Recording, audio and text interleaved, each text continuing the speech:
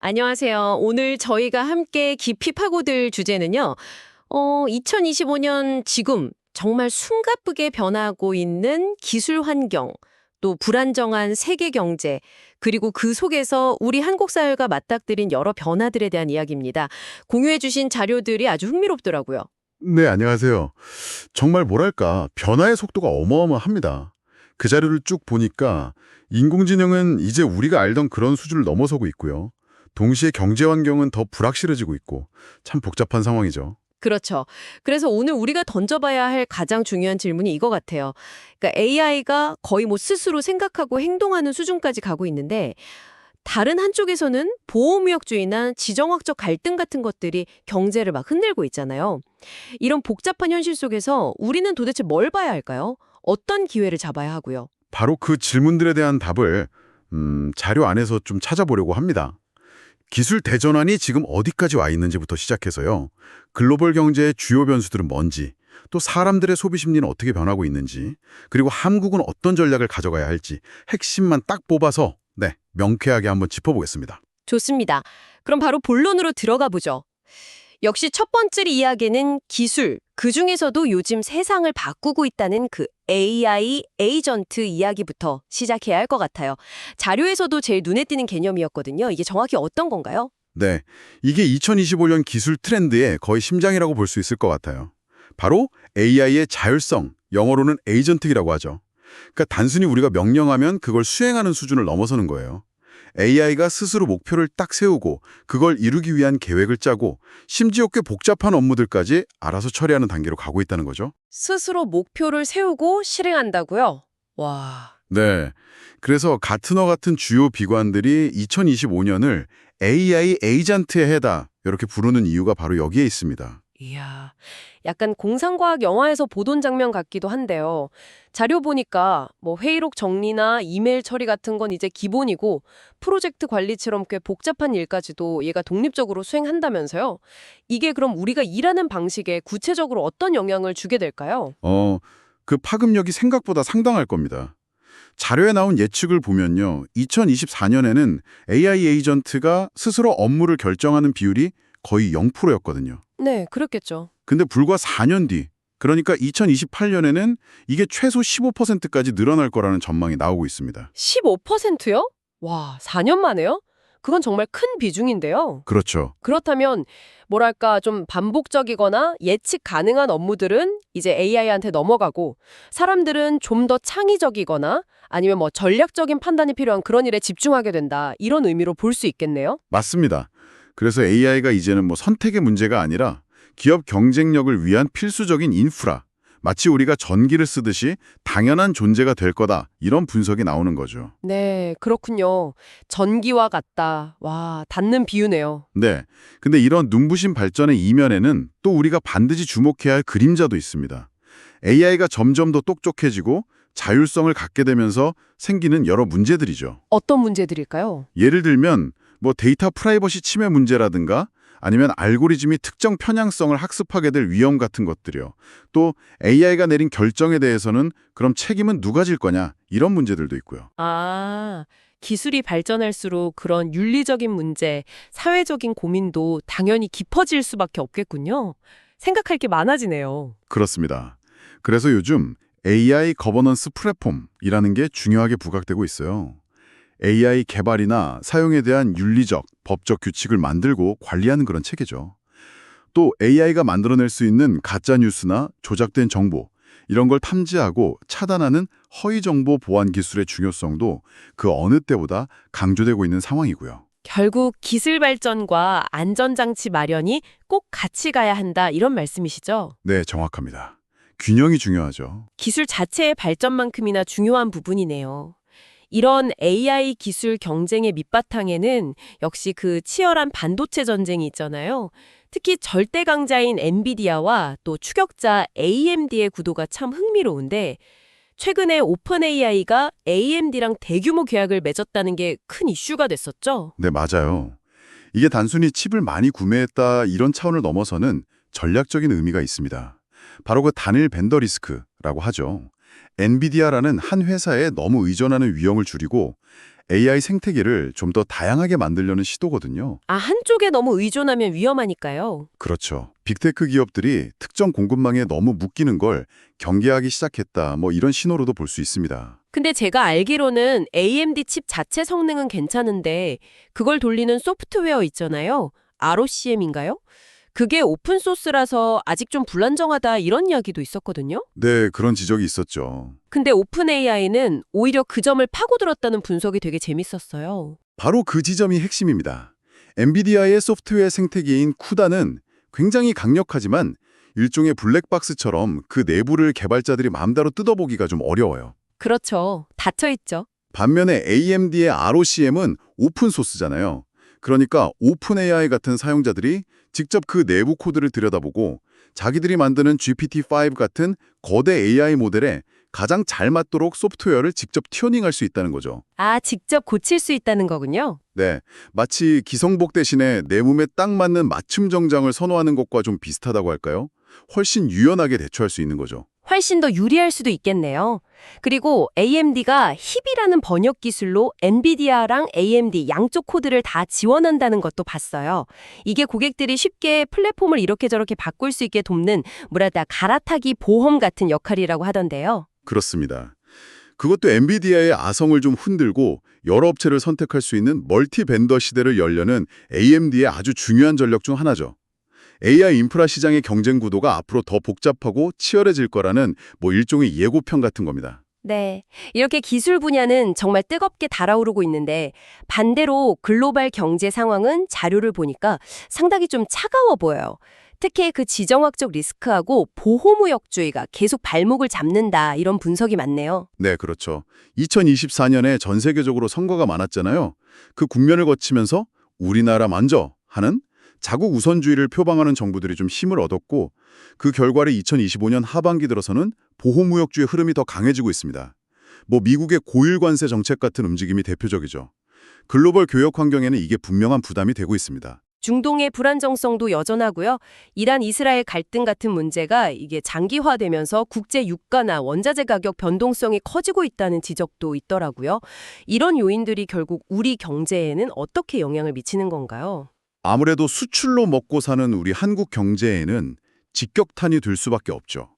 실제로 자료를 보면 국내 제조업체의 무려 75%가 올해 목표 실적 달성이 어려울 것 같다고 답했더라고요.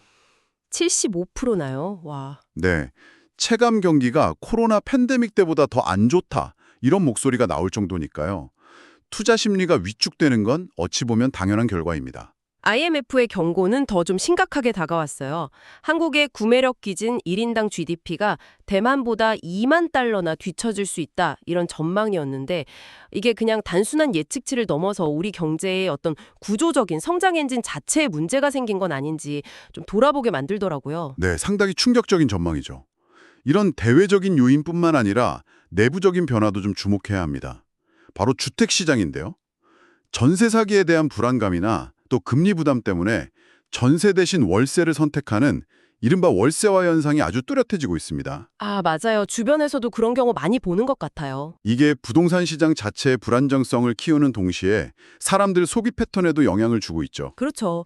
목돈이 묶이는 전세 대신에 매달 고정 지출이 딱 생기니까 가처분 소득이 줄어들고 또 불확실한 미래에 대비해서 현금을 좀 확보하려는 심리가 강해지면서 자연스럽게 지갑을 닫게 되는군요. 네, 꼭 필요한 것만 계획적으로 사는 계획 소비, 절약지향 소비가 늘어난다는 분석이 그래서 나오는 거고요. 맞습니다. 그런데 이렇게 전반적으로는 불안 심리가 커지고 소비가 위축되는 모습이지만 또 다른 한편에서는 굉장히 흥미로운 소비 트렌드도 나타나고 있어요. 바로 개인의 가치, 그리고 윤리적 기준, 이게 소비의 아주 중요한 척도가 되고 있다는 점입니다. 그 양면성이 되게 재밌었어요. 자료 보니까 한쪽에서는 옴니보어라고 하던데 우리말로 하면 잡식성 소비자라고 해야 할까요? 네, 그렇죠. 잡식성. 나이나 성별, 소득 같은 기존의 어떤 분류 기준에 얽매이지 않고 오직 그냥 자신의 취향과 가치에 따라서 자유롭게 소비하는 사람들이 늘고 있다는 거죠. 브랜드보다는 내가 만족하면 그만이다. 이런 태도랄까요? 맞습니다. 기업 입장에서는 이런 소비자들을 잡으려면 훨씬 더 세분화된 접근이 필요하고 맞춤형 경험을 제공해야 하는 그런 숙제를 안게 된 셈이죠. 그런데 또 정반대의 흐름도 있어요. 바로 야보화 라이프 스타일의 확산입니다. 야보하요? 그건 처음 들어보는데 무슨 뜻인가요? 아무 일도 없는 보통의 하루, 여기서 만족을 찾는다는 의미를 좀 함축하고 있는데요. 아, 아무 일 없는 보통의 하루. 네, 복잡하고 너무 빠르게 변하는 세상에 대한 일종의 반작용 같기도 하고요. 네, 그런 느낌이네요. 뭐 거창한 성공이나 특별한 경험보다는 그냥 조용하고 평범한 일상 자체에서 어떤 안정감과 행복을 찾으려는 태도, 어쩌면 정서적인 웰빙을 더 중요하게 생각하는 그런 모습일 수도 있겠네요. 네, 그런 심리가 소비에도 반영이 됩니다. 자료를 보면 재밌는 게 소비자 10명 중 7명 이상, 그러니까 72%가 생필품 가격 상승 때문에 절약을 중요하게 생각한다고 답했거든요. 네, 아까 그 절약지향 소비 말씀하셨죠. 그렇죠. 그런데 동시에 토핑 경제라는 현상도 나타나고 있다는 거예요. 토핑 경제요? 그건 또 뭔가요? 피자 토핑처럼 뭘 더 얻는다는 건가요? 네, 정확합니다. 예를 들어서 아주 기본적인 흰색 티셔츠나 그냥 평범한 운동화 같은 기본 제품을 사요. 거기에다가 자신만의 개성을 살릴 수 있는 액세서리를 단다거나 커스터마이징 같은 토핑을 추가해서 만족감을 얻는 그런 소비 방식입니다. 아하.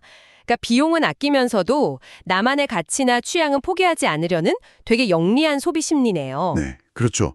절약과 개성, 두 마리 토끼를 다 잡으려는 그런 시도라고 볼 수 있죠. 그리고 또 하나 눈에 띄는 흐름은 윤리적 소비였어요.